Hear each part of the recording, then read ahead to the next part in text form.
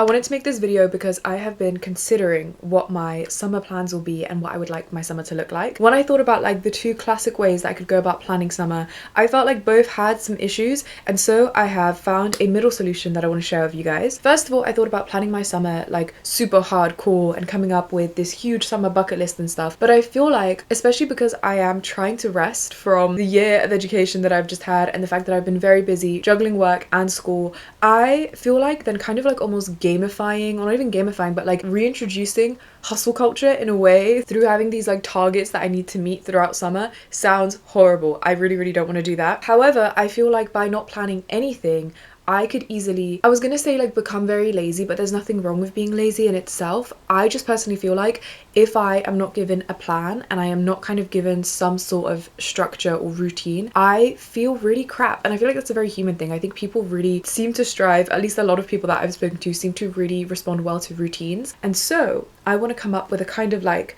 middle way, a way to, I'd say, be intentional about how I would like to rest and spend my time and reconnect with myself, so that I am not just like aimlessly wandering about, but also without kind of like putting pressure on myself and basically defeating the purpose of what I'm trying to achieve. So this is my guide to having a nice, slow, intentional summer.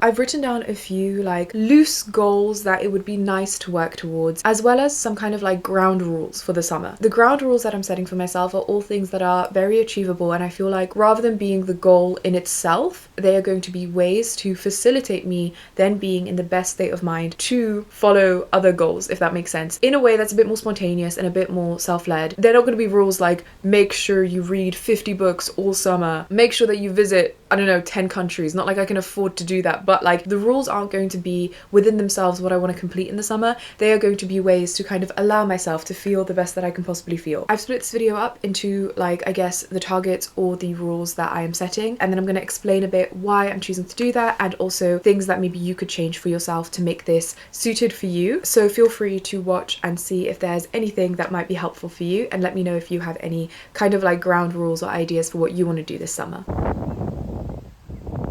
First of all is outdoors time. I think when I am not given, like, if I'm not told to go outside, I won't, and then I feel horrible, because I personally definitely really thrive when I'm outside, when I'm in the sunshine, especially because it's summer now. Although, to be honest, I live in England, so like you never really can tell if there's actually going to be sunshine. I feel wonderful when I'm outdoors. I feel wonderful when I'm in nature. Since I'm setting a rule for every single day, I don't want to set like a strict time, like I have to be outside at 8 a.m. every single day, because what if I want to sleep in? It's the summer, I'm trying to recharge. So instead, what I'm going to set for myself is I must leave the house for at least 15 minutes every single day. For me, that is probably going to be super easy. Like, I don't even mean I have to like go anywhere. I just have to be outside. Like, I can go stand outside of my door for 15 minutes. I can walk to the shop and that will count. I just have to be outside of my house for 15 minutes every single day. I feel like that is extremely achievable for me, but the reason I like setting that as a rule is because that is so achievable. I'm probably going to take that further, and let's say I'm like, okay, I'm going to go for a walk. Once 15 minutes is over, I'm probably not going to want to go back home. I'm going to keep walking. But if I hadn't set that rule, I probably wouldn't have left the house that day. Obviously, if I have a horrific flu, I'm not going to be like, oh my goodness, I can't believe I'm not leaving the house.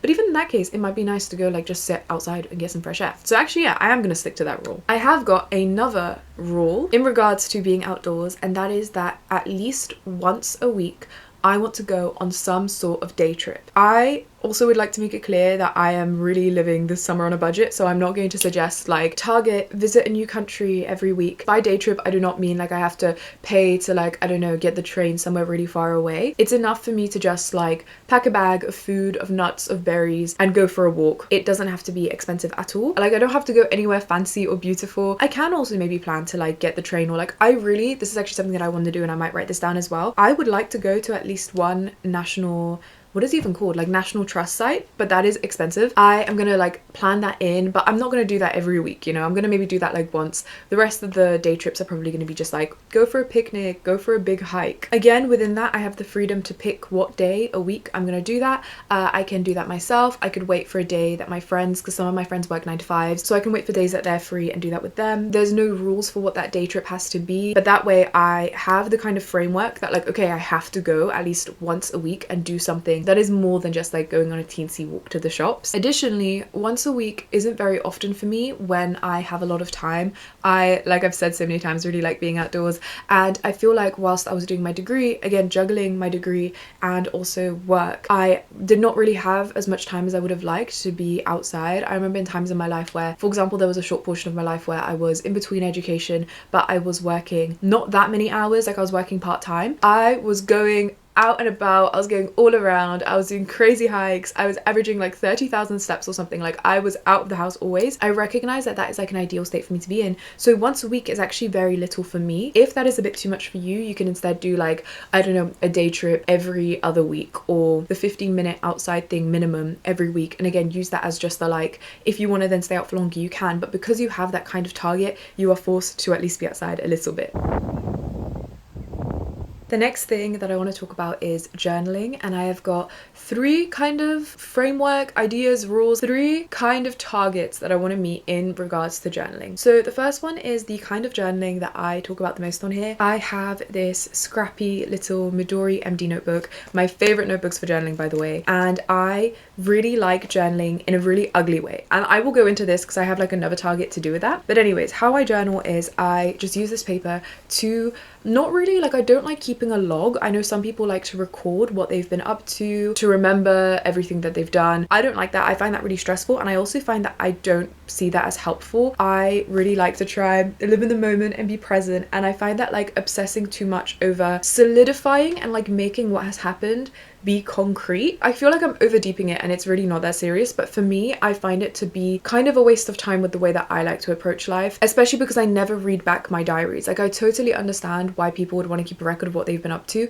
if they actually go back and like to see what they've been up to and stuff like that. I don't do that. I do not ever read back my diaries. So for me, I like to use my diaries as a tool to make sense of what I'm feeling, to kind of reflect on what might have upset me if I'm upset, or what has made me so happy if I'm so happy. If I've got a problem, like if something's bugging me, I like to journal to make sense of it. I think when I journal, it really changes the way I approach my thoughts, because it's a different way of thinking, if that makes sense. Like when I am thinking, I think very spontaneously. Like I feel like I just suddenly have ideas that are linked almost with like a web. Whereas when I'm writing, because I'm writing like linearly and like I guess chronologically, like the thoughts are unfolding in real time, A to B to C to D. As I am writing it, A to B to C to D, it forces me to engage with my thoughts in a very different way. That's also why I like typewriting, because that is a completely another way of interacting with my thoughts. That is a lot more tactile. You hear the smacking, you hear the ding. I feel like I like to take advantage of this different way of reflecting and of engaging with my thoughts to help me solve problems that might be puzzling me. If I am not sure about something, if I'm feeling upset and I can't get to the bottom of why, writing it in that format really helps. Additionally though, like if I don't think that writing it in that format would help, I like to sometimes draw, I like to do flowcharts, basically anything to get to the bottom of why I'm feeling a certain way. And also like another thing is I have an issue with, or at least I did have an issue with, over intellectualizing my emotions. So I don't always even try to get to the bottom of how I'm feeling. I like to, I guess, like explore it with curiosity. Sometimes I don't feel the need to do that, and then I don't journal for a while. But recently I have been journaling again and I found it to be really beneficial. So my first kind of target is, in this Midori notebook I have about that much left, and that is not a lot. So one target that I have for this summer is to finish this whole notebook. I feel like that would be very easy to do, but I feel like having that written down as a target, because spoiler alert, we are going to do something with the targets afterwards, having that written down I think will be a good reminder to keep journaling. However, I have another journaling target that is actually very opposite of what I've just said. I was reflecting on my relationship with journaling and the fact that I do it in such a, I feel like ugly is such a rude word for it, but I do it in such a messy way. Like I really don't care much for the aesthetics of what I'm producing, and I thought that it might be nice to challenge myself to try and make prettier journals and learn how to do that. So I took the Skillshare class, Everyday Journaling, 5 Creative Ways to Document Your Life by Abby C. I genuinely found this to be really helpful and actually really fun, which I wasn't expecting. I did this as a challenge, but I ended up really enjoying it. Something that I found quite funny as well, and a reason why I know that like this was the right course for me, so much of the stationery that she has is either stationery that I already have or stationery stationery I literally had open on another tab because I'm planning on maybe like buying some new stationery because I've run out of things. Already I knew that this was Soggy Rice 3 approved. I found the way that she approached journaling in a more creative way to be really helpful because a lot of what she was saying mirrors the attitude that I have towards journaling, but she then expressed it in this very different way that I don't normally journal. And I found that actually doing the 5 prompts that she gave were really, really fun. And I feel like they really stimulated a different part of my mind than is normally stimulated by the way that I journal. And so I've decided that I would like, as another challenge, to start doing purposeful and more intentional beautiful journaling using more like crafts and colors and stuff like that, because it is such a nice sensory way of engaging with your journaling and with your reflection. Abby mentioned that she makes vision boards like once a month, and I think that I want to start doing that. So that is another target. I want to make one beautiful vision board with things that I am looking forward to, goals that I have, things that I would like to experience, the way I would like my month to look.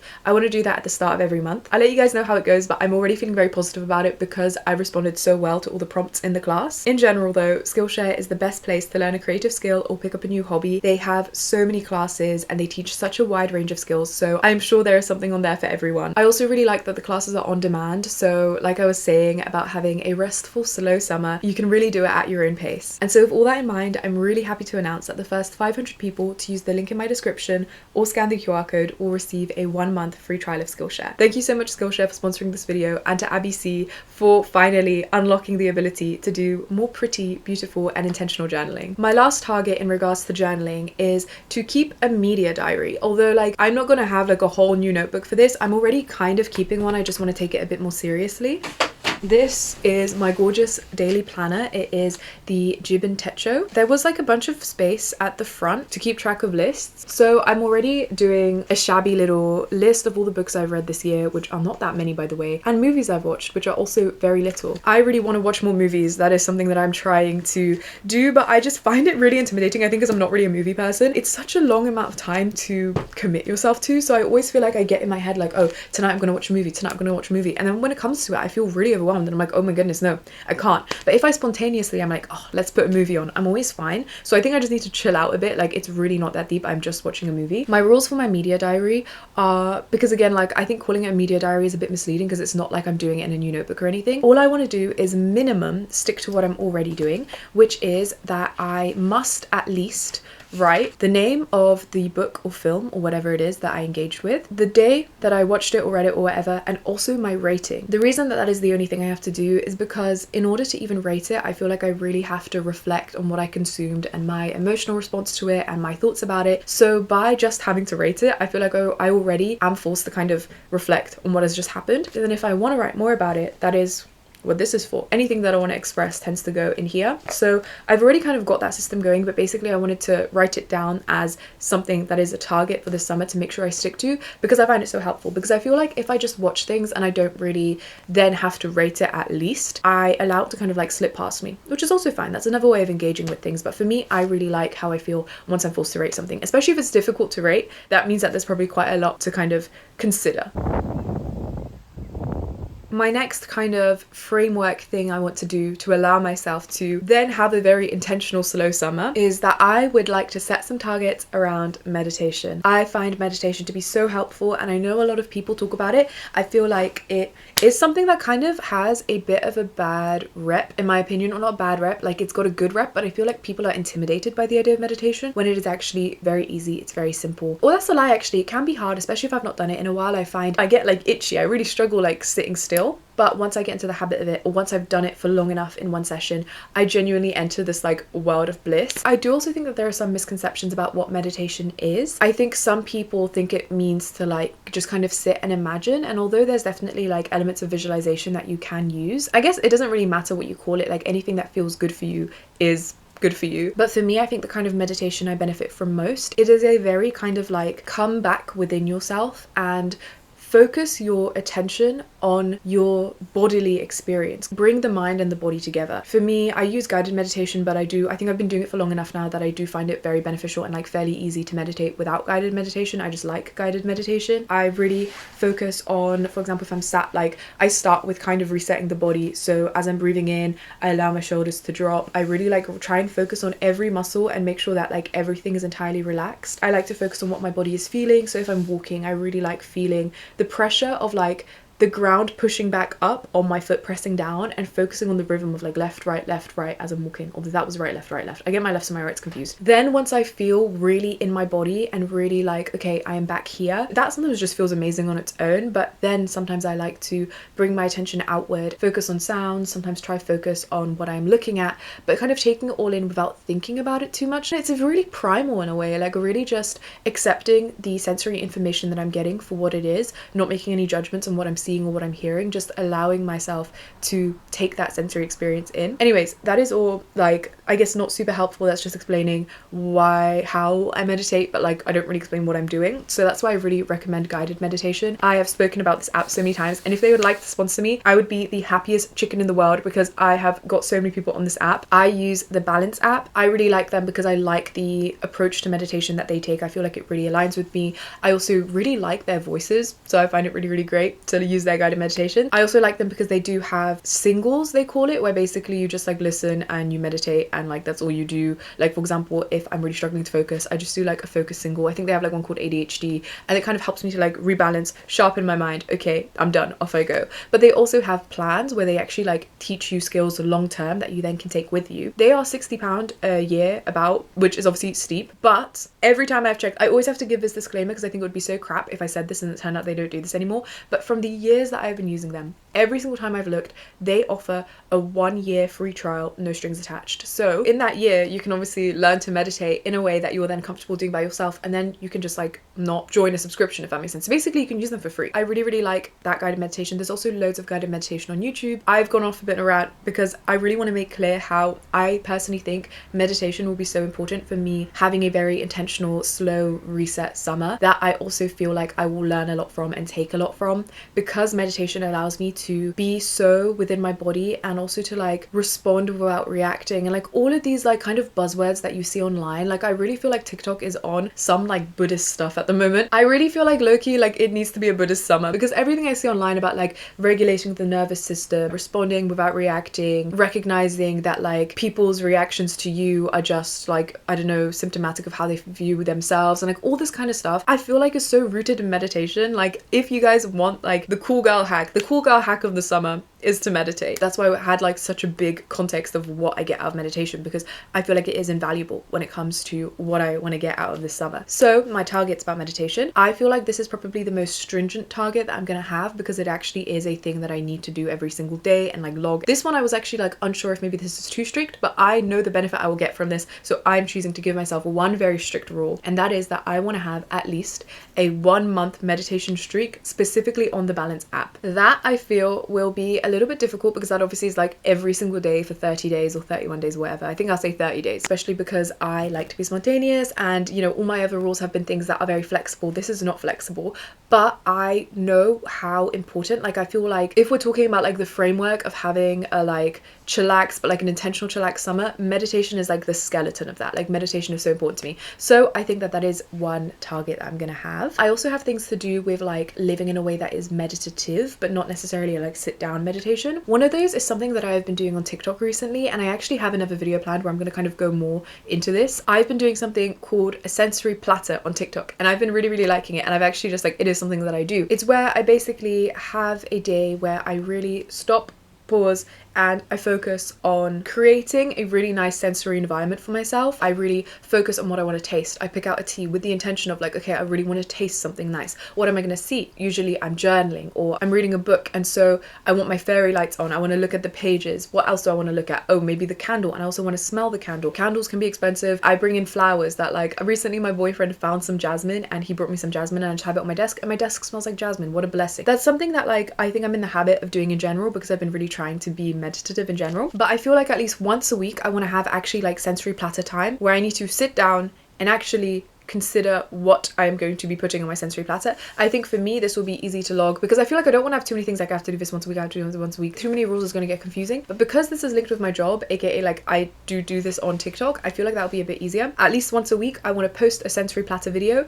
for myself, but also to try encourage other people to be more in tune with their sensory experience. And the last thing in regards to meditation and living meditatively that I want to mention is just the obvious. I want to be off my phone this summer. I've recently been just having my phone off for like most of the day, and I found it to be so brilliant, especially if I have my phone off in the morning. I think that's something I spoke about in my longer podcast about not being on my phone and wanting to like handle my screen addiction. I feel like it's been way better, and a big thing is having my phone off in the mornings, because then for some reason I just don't crave it later in the day. I've been trying to only switch my phone on for work. I've downloaded WhatsApp on my laptop. I'm not really addicted to my laptop at all, to be honest. So like if my friends want to reach me, I'm able to talk to them on WhatsApp on my laptop, and my phone is just off. It's so amazing. I only switch it on to like record videos or if I like need it for like a specific purpose, and then I just switch it off again. I would like to try and have for the whole summer, so if I mess up one of the days it's fine because it's going to be an average, I would like to have an average of 2 hours screen time or less. I know that's still quite high for a lot of people, but I am factoring in the fact that like I have to use my phone for work, especially like recording TikToks. Like I like YouTube because I don't actually really need to use my phone for the process other than I'm recording audio on it, but like TikTok I need to actually like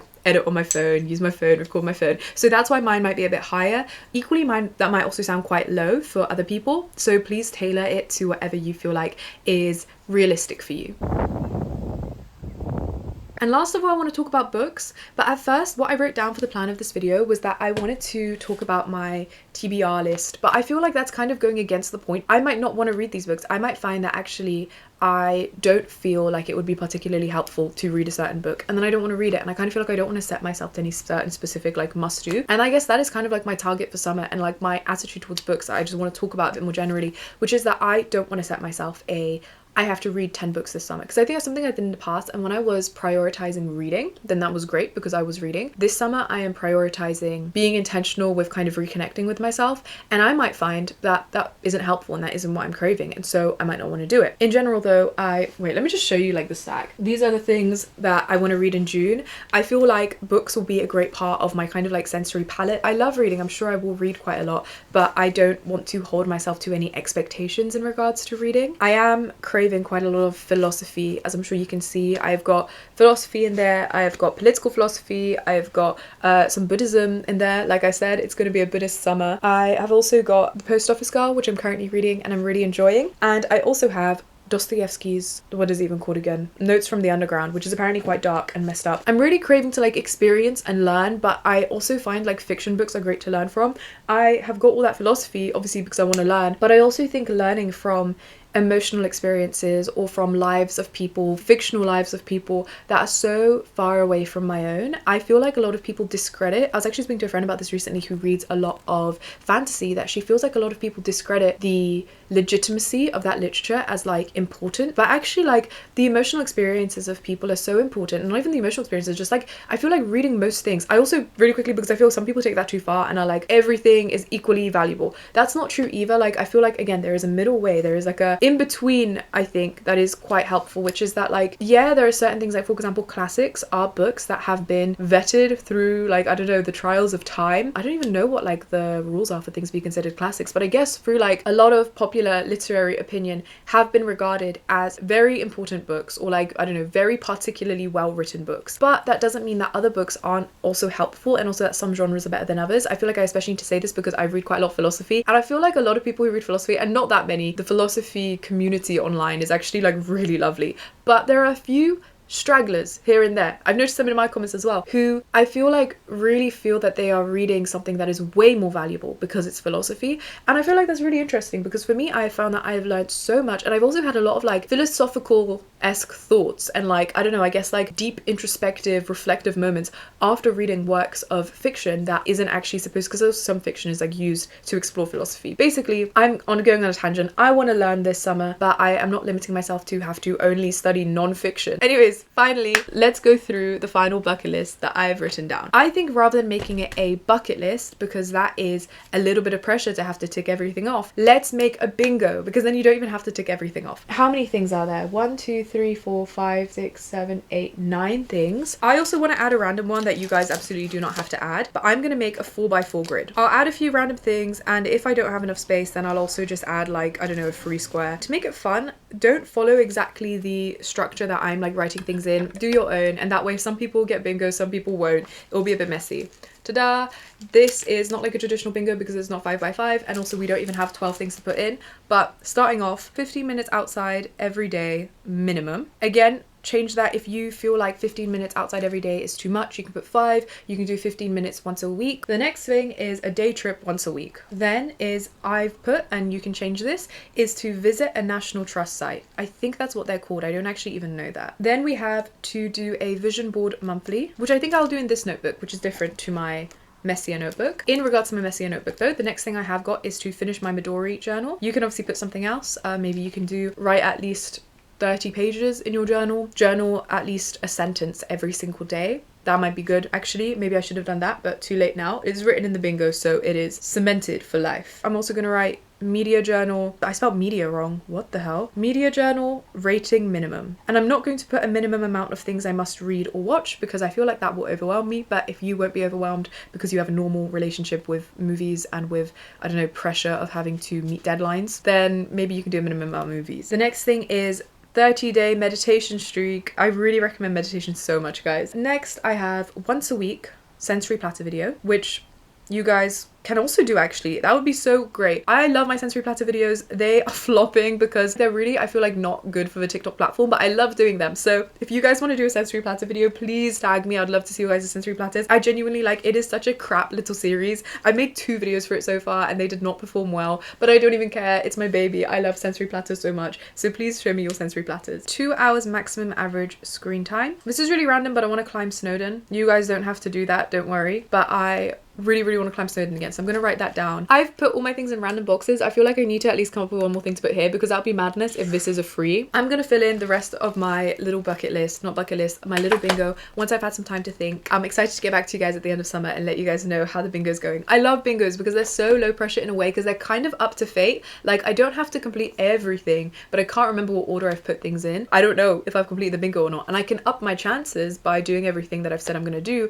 but I don't have to, and I feel like it's a really good way of taking the pressure off. Thank you guys so much for watching and for being with me today. I really hope that this has been somewhat helpful in, first of all, explaining my attitude towards how I like to approach nice, slow kind of summers in a way that is like intentional. I think that's the best word for it, intentional. I don't want to be too rigid with what I have to do, but I also don't want to be aimless. I want to be intentional. I also really hope that my bucket list / bingo thingy has kind of given you guys some food for thought over what you might want to do in your summer. Thank you so much for watching. Please like this video if you like this video, and please subscribe if you haven't. I would love to have you guys here on the Soggy Race 3 channel more often. Please let me know in the comments what things you would like to do for your summer bucket list / kind of intentional whatever. I feel like I've been really bad at naming this process, but I hope you guys get what I mean. Let me know if you have taken any inspiration from mine and changed it in any way. Let me know what things you're putting on yours, and I'll see you guys next week. Bye bye.